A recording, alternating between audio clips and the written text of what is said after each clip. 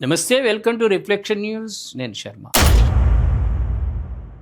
తమిళనాడు మాజీ బీజేపీ అధ్యక్షుడు అన్నామలై ఆయనకి జరిగినటువంటి అవమానాన్ని తట్టుకోలేక బీజేపీ పార్టీకి రాజీనామా చేసి కొత్త పార్టీ పెట్టిండు అన్నామలై. ఏమంటున్నాడు ఆయన నినాదం? మారుదాం మార్చుదాం అనే నినాదంతో కొత్త పార్టీ పెడుతున్నాడు. తమిళనాడు బీజేపీ మాజీ రాష్ట్ర అధ్యక్షుడు అన్నామలై శుక్రవారం సరికొత్త రాజకీయ ప్రస్థానాన్ని ఆరంభించారు. మారుదాం మార్చుదాం అనే నినాదంతో ఇకపై నూతన రాజకీయ యాత్రను ఆరంభిస్తున్నట్లు శుక్రవారం ప్రకటించింది. బీజేపీ నుంచి వైదొలగాలన్న తన నిర్ణయాన్ని పార్టీ అధిష్టానం ఒప్పుకుందని, తన రాజీనామాను బీజేపీ అగ్రనాయకత్వం శుక్రవారం అంగీకరించిందని అన్నామలై పేర్కొన్నాడు. మాట్లాడిండు అమిత్ షా తోటి, వీళ్ళతోటి మాట్లాడిండు. అయినా కొలిక్కి రానట్టుంది, అయినా రాజీనామా చేశాడు. మనల్ని మనం ముందుగా మార్చుకుందాం, తర్వాత సమాజంలో మార్పు దానంత అదే వస్తుంది. మన ఉద్యమానికి పునాది మనం మారుదాం, అంతా మార్చేద్దాం, ఫక్తు రాజకీయాలను మనం తుదముట్టిద్దాం, సామాన్యుడి రాజకీయాలు చేద్దాం, ప్రజా అవసరాలే మనకు పరమావధిగా ఉండాలి.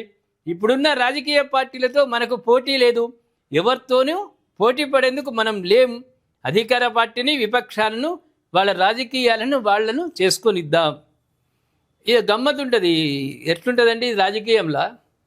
సరే మార్చుదాం, మనం మారుదాం, తర్వాత ప్రజలను మార్చుదాం అనే నినాదం మంచిదే, కానీ ఈ రాజకీయ రక్తం ఎక్కుతుంది ఏదో సందర్భంలో. ఆయన బ్లడ్ వస్తుంది, వీళ్ళకి అనుకోకుండా వస్తుంది శరీరంలోకి. వచ్చినాక మళ్ళీ ఫక్తు రాజకీయాలు చేస్తుంటారు. ఎవరిని ముంచాలి, ఎవరిని అనగదొక్కాలి, ఎవరిని రానియకుండా చేద్దాము, ఎవడు మనోడు వానికే అందలం ఎక్కిద్దాము, ఇవన్నీ తర్వాత వస్తాయి. ప్రస్తుతం ఎట్లే మాట్లాడతారంటే అన్నీ వేమన శతకంలాగా మాట్లాడుతుంటారు. ఎవరైనా ఈ ఆరితేరిండ్రు అనుకో, అప్పుడు ఇక చూపిస్తారు.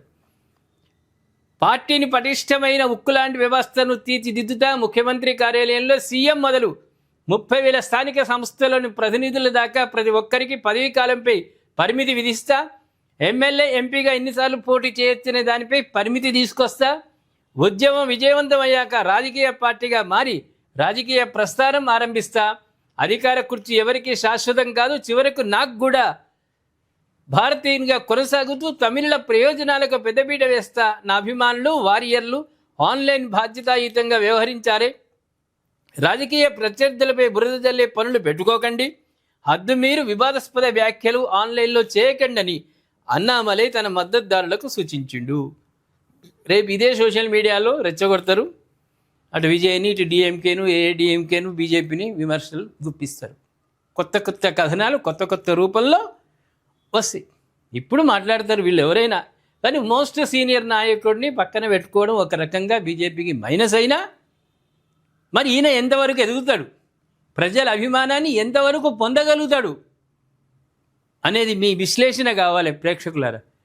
మీరు కామెంట్ రూపంలో అన్నామలై ఎదుగుదల ఏ విధంగా ఉండబోతుందో చెప్పండి. అదేవిధంగా సబ్స్క్రైబ్ చేసుకోండి, షేర్ చేయండి.